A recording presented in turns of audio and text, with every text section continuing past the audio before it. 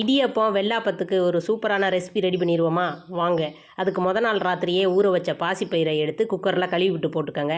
ஒரு தக்காளி, ஒரு பெரிய வெங்காயம், 5 பச்சை மிளகா இதை எல்லாத்தையும் ஒன்றா நறுக்கி அந்த குக்கருக்குள்ளே போட்டுக்கோங்க. தேவைக்கு தக்கன உப்பு போட்டு தண்ணி ஊற்றி நல்லா மசிய வேக விட்டு இறக்கிக்கோங்க.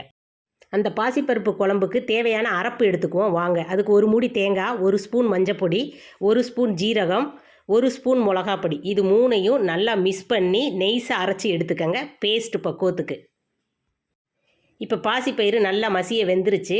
இந்த பாசிப்பயிறுக்குள்ளே நம்ம அரைச்ச அரப்பை ஒன்றா மிக்ஸ் பண்ணி நல்லா கலக்கி விட்டு கொஞ்சம் நேரம் அடுப்பில் வச்சு நல்லா கொதிக்க விடுவோங்க, பச்சை வாடை போகிற வரைக்கும். வாங்க இந்த குழம்புக்கு தாளிப்பு ரெடி பண்ணிடலாம். நான் சட்டியை காய வச்சு தேங்காய் எண்ணெய் ஊற்றியிருக்கேன். நீங்கள் என்ன எண்ணெய் வேணாலும் யூஸ் பண்ணுங்கள். தேங்காய் எண்ணெய் காஞ்சதும் கடுகுளுந்தம் பருப்பு போட்டிருக்கேன். கடுகுளுந்தம் பருப்பு வெடிச்சதுக்கப்புறம் வரமிளகா, வெள்ளைப்பூடு 4 நச்சுப்புட்டு போட்டிருக்கேன், கருவேப்பில்லை இதை எல்லாம் வெட்டி அந்த குழம்புக்குள்ளே ஊற்றி கொதிக்க விடுங்க. ஒரு கொதி கொதித்ததும் இறக்கிடுங்க. அருமையான பாசிப்பயிறு குழம்பு ரெடி.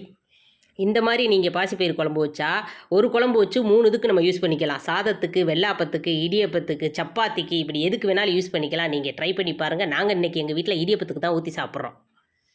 பச்சை பசேல்னு இருக்கிற பாசிப்பயிறு குழம்பு எப்படி செய்யறதுன்னு பார்த்துருப்பீங்க. நீங்களும் ட்ரை பண்ணுங்கள்.